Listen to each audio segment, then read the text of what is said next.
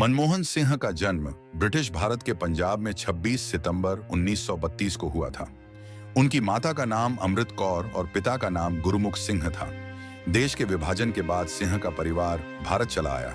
यहाँ पंजाब विश्वविद्यालय से उन्होंने स्नातक तथा स्नातकोत्तर स्तर की पढ़ाई पूरी की। बाद में वे कैम्ब्रिज विश्वविद्यालय गए, जहां से उन्होंने पीएचडी की। तत्पश्चात उन्होंने ऑक्सफोर्ड विश्वविद्यालय से डी.फिल भी किया।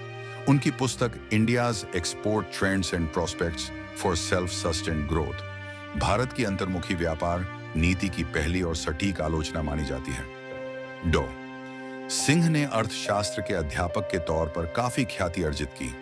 वे पंजाब विश्वविद्यालय और बाद में प्रतिष्ठित दिल्ली स्कूल ऑफ इकोनॉमिक्स में प्राध्यापक रहे। इसी बीच वे संयुक्त राष्ट्र व्यापार और विकास सम्मेलन सचिवालय में सलाहकार भी रहे और 1987 तथा 1990 में जेनेवा में साउथ कमीशन में सचिव भी रहे। 1971 में डॉ सिंह भारत के वाणिज्य एवं उद्योग मंत्रालय में आर्थिक सलाहकार के तौर पर नियुक्त किए गए। इसके तुरंत बाद 1972 में उन्हें वित्त मंत्रालय में मुख्य आर्थिक सलाहकार बनाया गया। इसके बाद के वर्षों में वे योजना आयोग के उपाध्यक्ष, रिजर्व बैंक के गवर्नर, प्रधानमंत्री के आर्थिक सलाहकार और विश्वविद्यालय अनुदान आयोग के अध्यक्ष भी रहे हैं।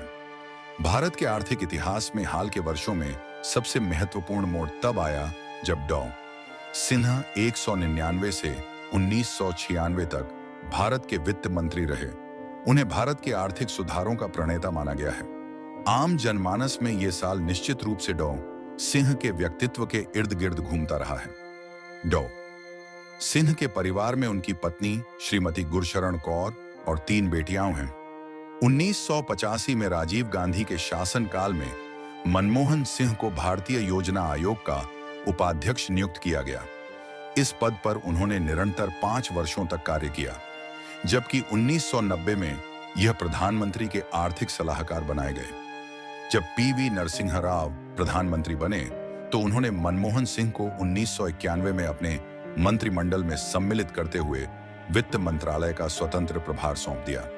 इस समय डॉ मनमोहन सिंह न तो लोकसभा और न ही राज्यसभा के सदस्य थे, लेकिन संवैधानिक व्यवस्था के अनुसार सरकार के मंत्री को संसद का सदस्य होना आवश्यक होता है। इसलिए उन्हें 1991 में असम से राज्यसभा के लिए चुना गया। 3 मनमोहन सिंह ने आर्थिक उदारीकरण को उपचार के रूप में प्रस्तुत किया और भारतीय अर्थव्यवस्था को विश्व बाजार के साथ जोड़ दिया। डॉ मनमोहन सिंह ने आयात और निर्यात को भी सरल बनाया। लाइसेंस एवं परमिट गुजरे जमाने की चीज हो गई। निजी पूंजी को उत्साहित करके रुग्ण एवं घाटे में चलने वाले सार्वजनिक उपक्रमों हेतु अलग से नीतियां विकसित की। नई अर्थव्यवस्था जब घुटनों पर चल रही थी तब पीवी नरसिम्हा राव को कटु आलोचना का शिकार होना पड़ा। विपक्ष उन्हें नए आर्थिक प्रयोग से सावधान कर रहा था, लेकिन श्री राव ने मनमोहन सिंह पर पूरा यकीन रखा। मात्र 2 वर्ष बाद ही आलोचकों के मुंह बंद हो गए और उनकी आंखें फैल गईं। उदारीकरण के बेहतरीन परिणाम भारतीय अर्थव्यवस्था में नजर आने लगे थे और इस प्रकार एक गैर राजनीतिज व्यक्ति जो अर्थशास्त्र का प्रोफेसर था का भारतीय राजनीति में प्रवेश हुआ ताकि देश की बिगड़ी अर्थव्यवस्था को पटरी पर लाया जा सके।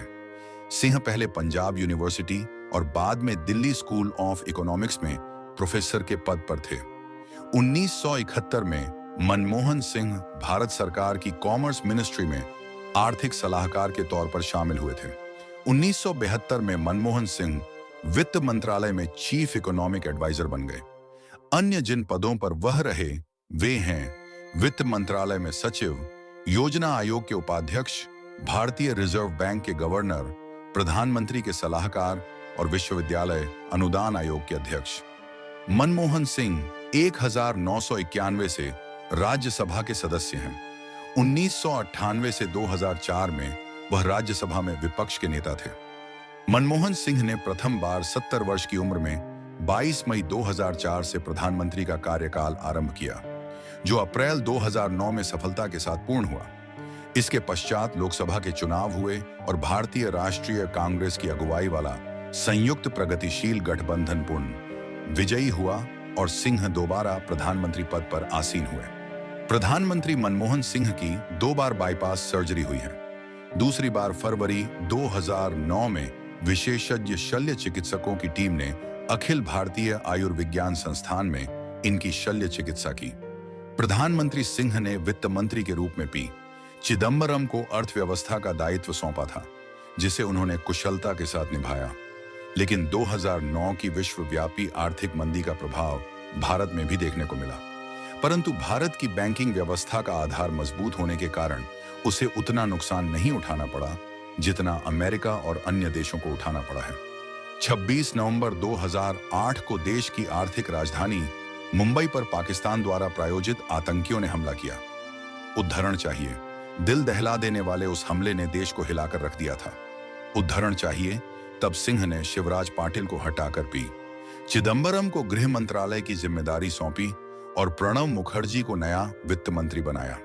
जी स्पेक्ट्रम घोटाला, 2G स्पेक्ट्रम घोटाला, जो स्वतंत्र भारत का सबसे बड़ा वित्तीय घोटाला है, उस घोटाले में भारत के नियंत्रक एवं महालेखा परीक्षक की रिपोर्ट के अनुसार 1,76,000 करोड़ रुपए का घपला हुआ है। इस घोटाले में विपक्ष के भारी दबाव के चलते मनमोहन सरकार में संचार मंत्री A0 राजा को न केवल अपने पद से इस्तीफा देना पड़ा, अपितु उन्हें जेल भी जाना पड़ा। केवल इतना ही नहीं,